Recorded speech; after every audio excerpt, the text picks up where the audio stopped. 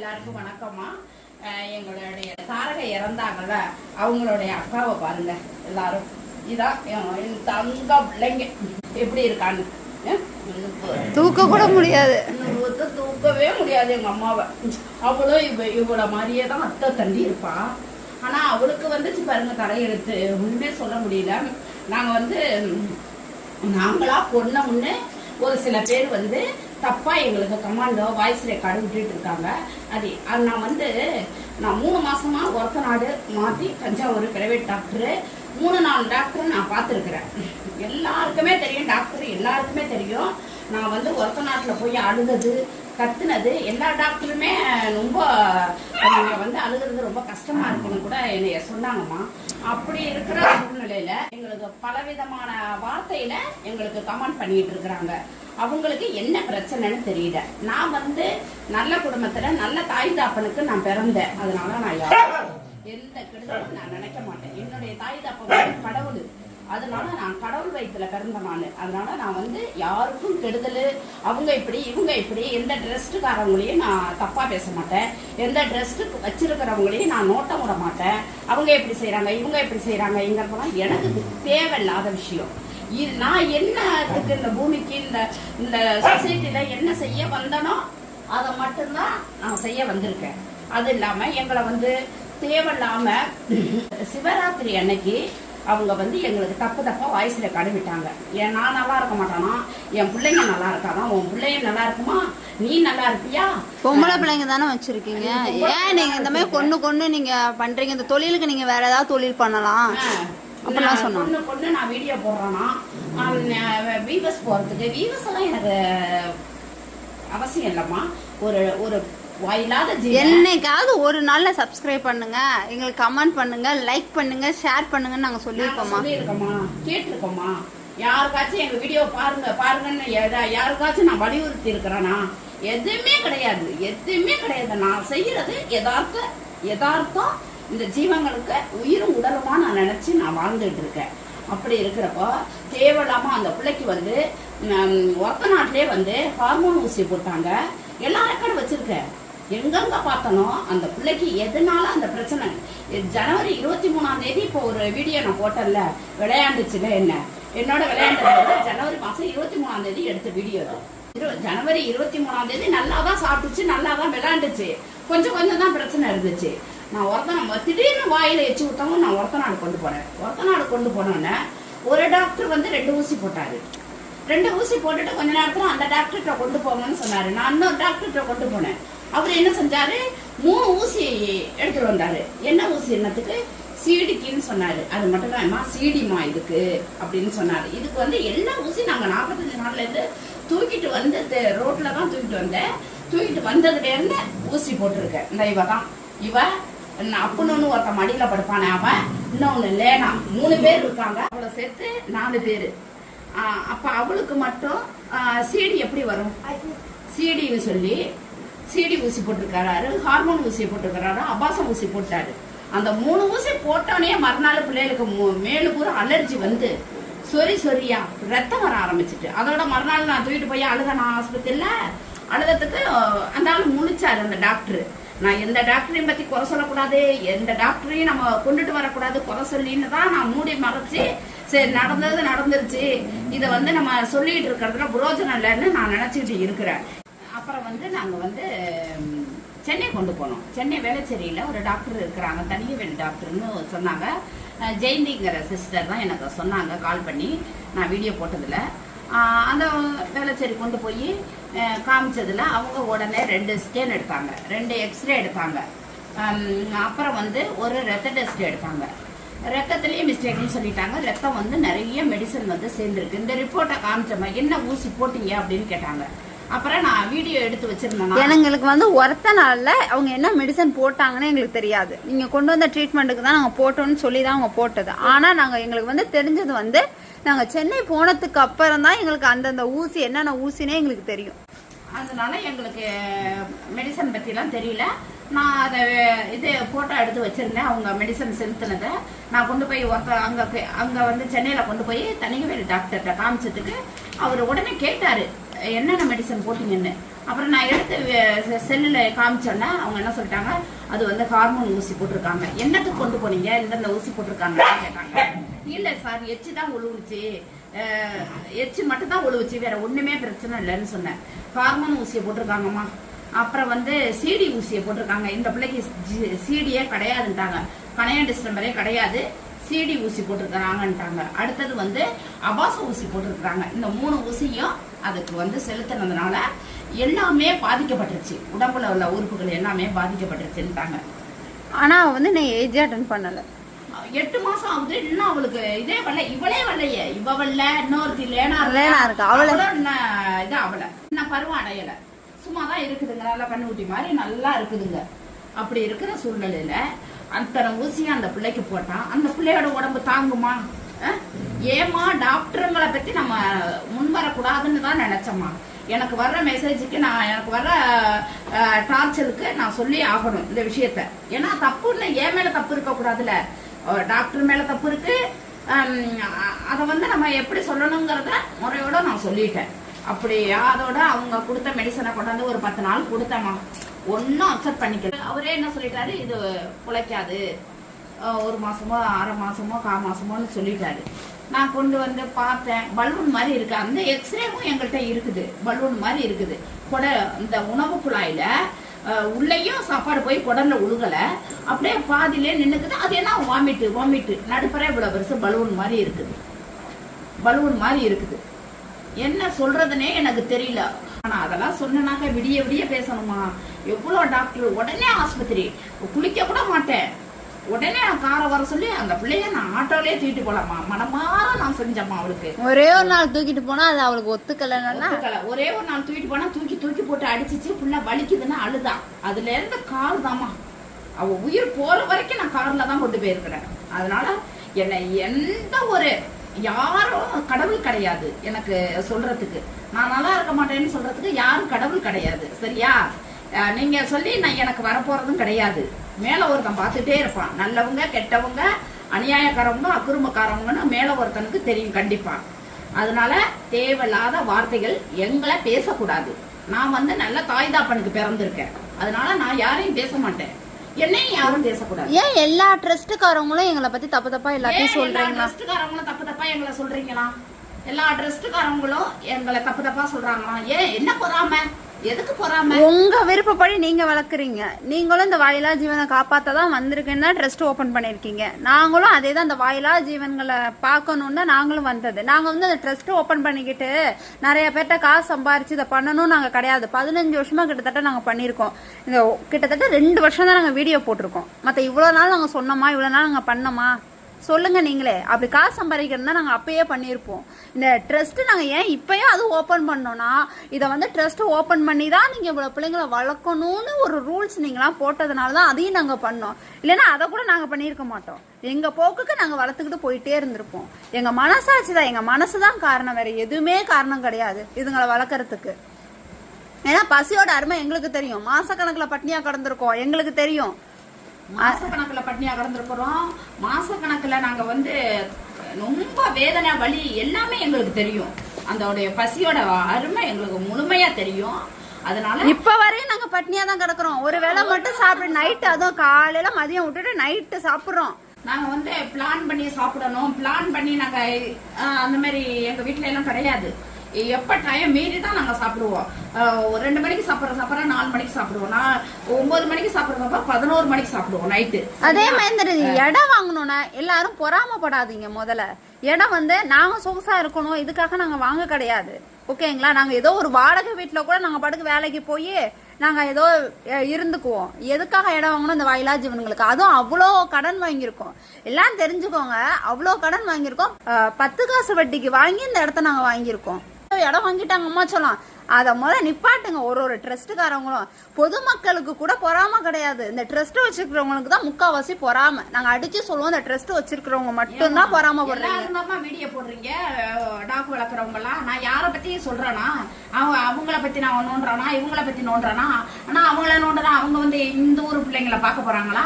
இல்ல நான் தான் போய் அந்த ஊர் பிள்ளைங்களை நான் பார்க்க போறேனா? சென்னையில இந்த அவ கடந்தாலே தங்கமயில எப்படி கடந்தா? வீடியோ போட்டோம், யாராவது தூக்குனீங்களா?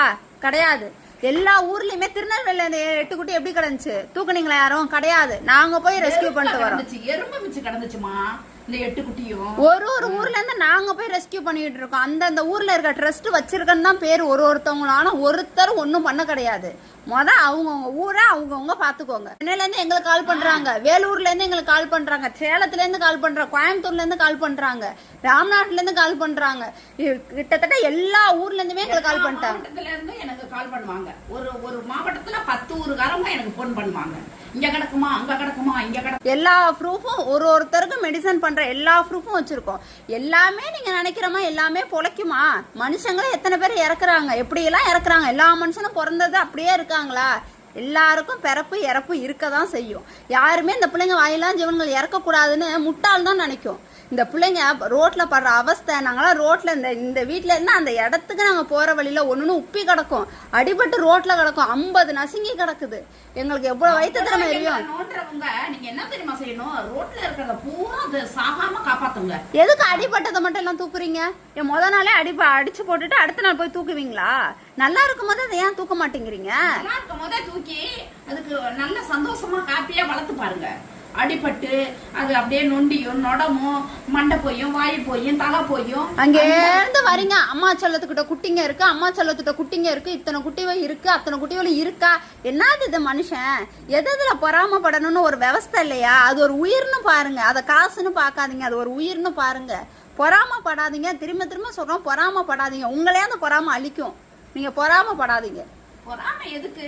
இந்த பூமியில எதுக்கு பிறந்திருக்கோம்? பொறாமைப்படுறதுக்கா பிறந்திருக்கோம்? அவங்கவுங்க குடும்பம் அவங்கவுங்க கொடுத்தனா அவங்கவுங்க. உலகத்துல நான் என்ன ஃபேக்டரி வச்சு பெரிய கம்பெனி வச்சா நடத்திக்கிட்டு இருக்கிறேன்? பொறாமப்படுறீங்க. நீங்களும் ஒரு ட்ரஸ்ட் வச்சு வளர்க்குறீங்க, அது வாயிலா ஜீவனை தான் வச்சு வளர்க்குறீங்கன்னு சொல்லிட்டு சொல்றீங்க. அப்ப நாங்களும் வாயிலா ஜீவன் தான். நம்ம எல்லாம் என்ன சொல்றோம்? வாயிலா ஜீவன் யாரும் துன்புறுத்தாதீங்க, எல்லாரும் தூக்கி வளங்கன்னு தானே நம்ம எல்லாரும் சொல்றோம். ஏன் அப்புறம் வளர்க்குறவங்களும் இப்படி நோன்றீங்க? நாங்க ப்ராப்பரா என்ஜிஓ பண்ணலன்னா கூட பரவாயில்ல, எங்க மனசாட்சிப்படி நாங்க வளர்க்குறோம். உங்களால என்ன பண்ண முடியுமோ நீங்க பண்ணிக்கோங்க. அது எங்களுக்கு ப்ராப்பர்னு எதுக்கு? ப்ராப்பரா அந்த ஜீவனுக்கு உயிரை காப்பாத்தணும்னா எப்படி? அர்ஜென்ட்டுக்கு எங்க கஷ்டப்படுதோ அது தூக்கணும். அது அடிபட்டு கிடக்குமா, அதை அடிச்சுக்கிட்டு இருப்பாங்களா? நாங்க போய் ரிஜிஸ்டர் ப்ராப்பரா பண்ணிட்டு நாங்க அதை எப்பா இருக்கியா இல்லையா அதுக்குள்ள செத்துரும். அது மனிதாபிமானத்தோட நடந்துக்கோங்க.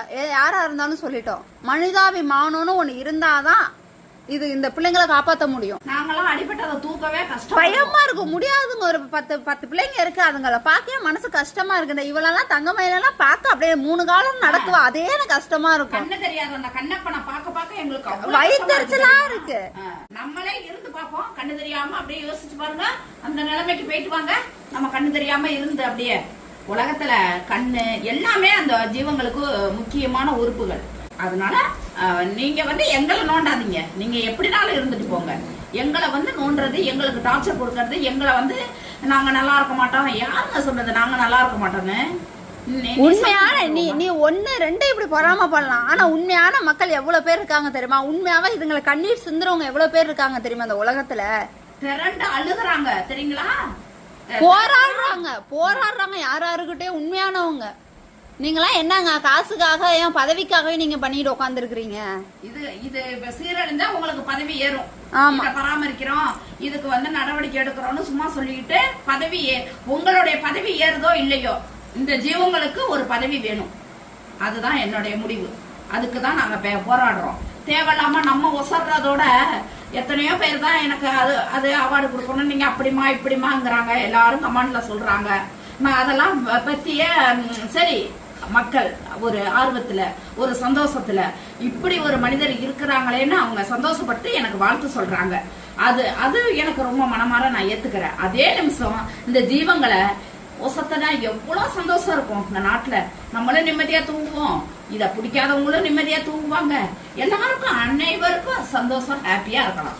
எதுக்கு தேவை நம்ம அது ரோட்ல அடிபடுது, சீரழியுது, கஷ்டப்படுது, சீங்கிறாங்க, சீச்சின்னு அப்படியே ஒரு மாதிரி இது அவ்வளவு கேவலமா சீச்சின்னு வெட்டுறாங்க. என்ன சொல்றதுன்னே தெரியல. அப்படியே இந்த ரெக்கார்ட் எல்லாரும் ஒரு நிமிஷம் கேளுங்கன்னு சொல்லு. அப்படியே இந்த ரெக்கார்டை ஒரு நிமிஷம் கேளுங்க. அந்த ரெக்கார்டை நீங்க கேட்டுட்டு எனக்கு கமெண்ட் பண்ணுங்க.